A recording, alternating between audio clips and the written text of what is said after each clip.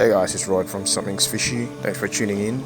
So today we're going to talk about one of my favorite fish since I started keeping fishes for over 10 years ago. It's the white cloud mountain minnow. Sometimes they go by the name just white clouds or mountain minnow, or generally you can just say white cloud mountain minnow. They're easily stocked in most pet shops, readily available because they breed easily and are quite well known. Definitely one of my favorite fishes to keep. I would say even my most favorite out of all of them because it's been the most reliable, and I can definitely say it's a good beginner fish based on my experience of in the hobby for over 10 years now. I say this because for a beginner's point of view, white cloud mountain minnow would probably be more forgiving for mistakes that a new beginner will make when starting in the hobby compared to other more sensitive species or fishes that you might want to keep, for example like tetras or even some rasboras, which are really hardy for the most part. But I think the white cloud mountain minnow beats them in terms of hardiness and adaptability, and especially in terms of the temperature where they come from. In White Cloud Mountain in Guangdong Province in the city of Guangzhou in southern China, living on streams where the temperature can range throughout the year, so they can tolerate temperature as low as 5 degrees all the way to around 22-23 degrees. But they're good for keeping in a colder water, so you can keep them without a heater. In fact, I keep mine, so the ones that you're looking at now on the video, this is on an unheated tank. And pretty much a good sign of their health is you can see their bright colors shining, the lining, the tail. These are the normal variants that I've got, so when they're a bit pale you can tell they're not in optimum condition. But as you can see with mine, they're really shiny and you can see they're very lively. They are a schooling fish, so they're good to be kept in groups of, I know some people will say maybe 5 or 6, but I would say just get 10 or maybe more if you can. Just brings out the best in them. They like to stick next to each other, so they school and they swim in shoal. Many years ago they used to be known as poor man's neon because they were much cheaper than neon tetras. But I prefer this over neon tetras because, as I said, they're much more hardier than a lot of the tetras, particularly the neon tetras, which is known as one of the most sensitive tetras. And now they cost the same pretty much. So they're readily available, and you'll find them easily in most of your aquarium or pet stores. They're one of the more common ones that they would keep, like for example other fishes like zebra danios. Usually if you see those, you'll see white clouds as well.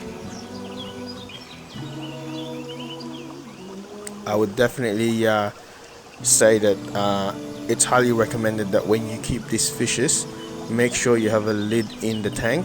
They have been known to jump, and I can definitely attest to this, having kept the fishes for over 10 years now. But all in all, I can definitely say that they have been known to jump. It doesn't happen often, but it has happened more than once in my occasion, more than 3 times actually. So definitely keep a lid on your tank. They are quite peaceful fishes. You could mix them with a whole range of fishes, including other smaller tetras. Nothing big that can possibly eat them. So for example like larger cichlids. So I would recommend just keep them in fishes of the same size. Example would be your danios, like zebra or leopard danios, neon tetras for example, some smaller rasboras, your live bears, your platy, guppy, swordtails, molly, things like that that go well with these fishes. So you do have quite a lot of options, or you can just keep them on their own, and if you get quite a lot of them, 10 or above, they would look really good, provided that you're giving them the right condition in your tank.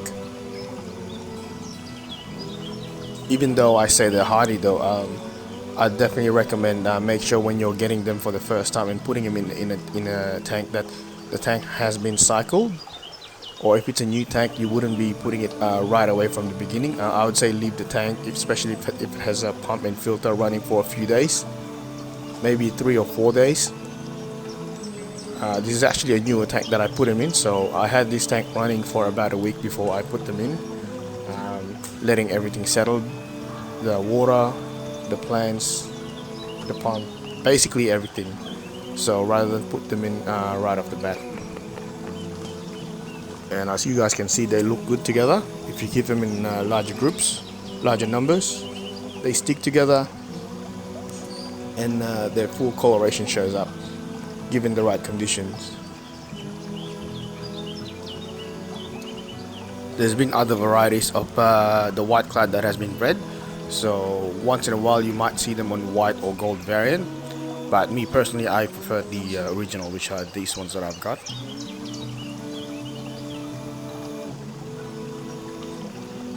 But anyway, as you can see, they are quite peaceful and they look good together, swimming together.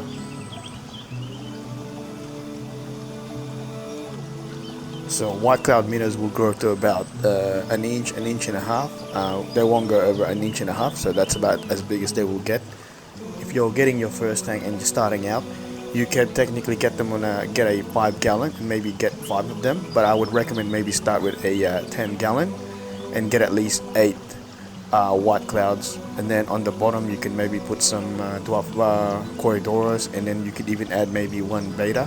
One beta will go well with them, or maybe a couple of guppies. Like I said, I've kept them with other different fishes before, and there's a whole a range of small or similar sized fishes that you could keep with them. Generally the other peaceful species, so a lot of the rasboras, your harlequin rasboras, things like that, cherry barbs, platy, guppy, molly, the danios, as I mentioned earlier. So you've got a whole range of options in terms of tank mates when you're keeping these guys.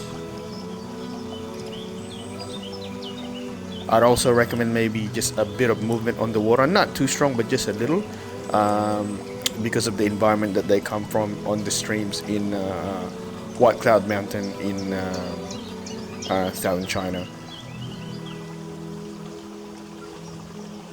They're actually thought to be extinct in that part of the world because of the rapidly urbanization and expansion in that area, and also tourism. But there's been some wild population found in other parts in the same region in China, but far away from where White Cloud Mountain is. And as I said, these fishes are easily available in a lot of the pet shops and also the aquarium shops, because they're quite popular nowadays. And it just shows how sturdy and reliable they are.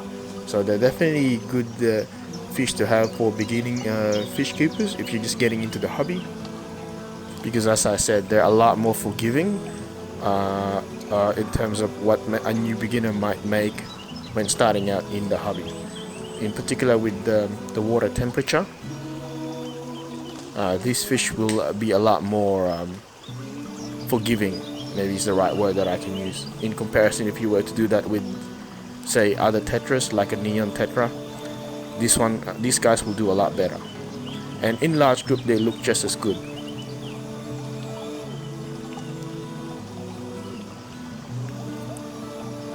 And they're not very expensive either. Like I'll give you an example.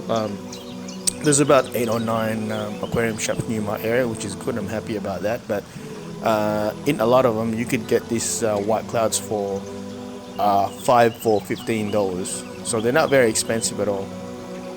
So if you're starting out with a 5-gallon or a 10-gallon, which is what I recommend, get at least 8 of them or above if you can.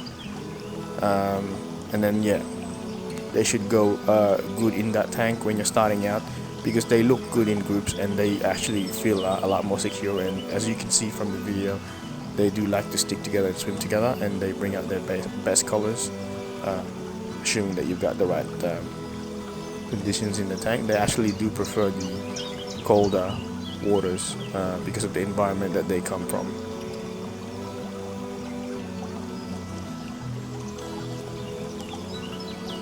They are not fuzzy eaters, so they'll readily accept finely crushed tiny flakes and also small food granules when you drop them. But I have even put some bloodworms, and they actually do eat them, so they're not fuzzy at all.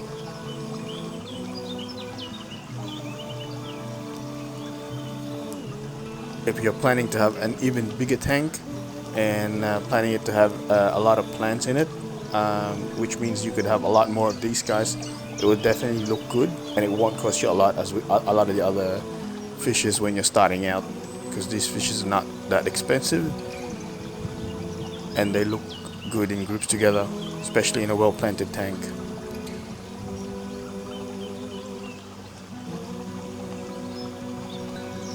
Anyway guys, that's a look at the white cloud mountain minnow, a great beginner fish.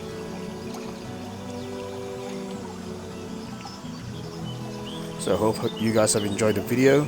Stay tuned, I've got another video coming. We're going to do a series of a lot of the best beginner fishes for you guys.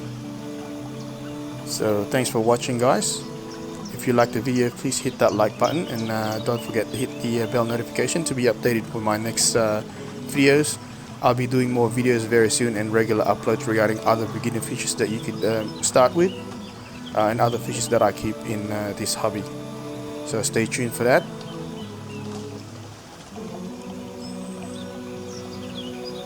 And I'll see you guys soon.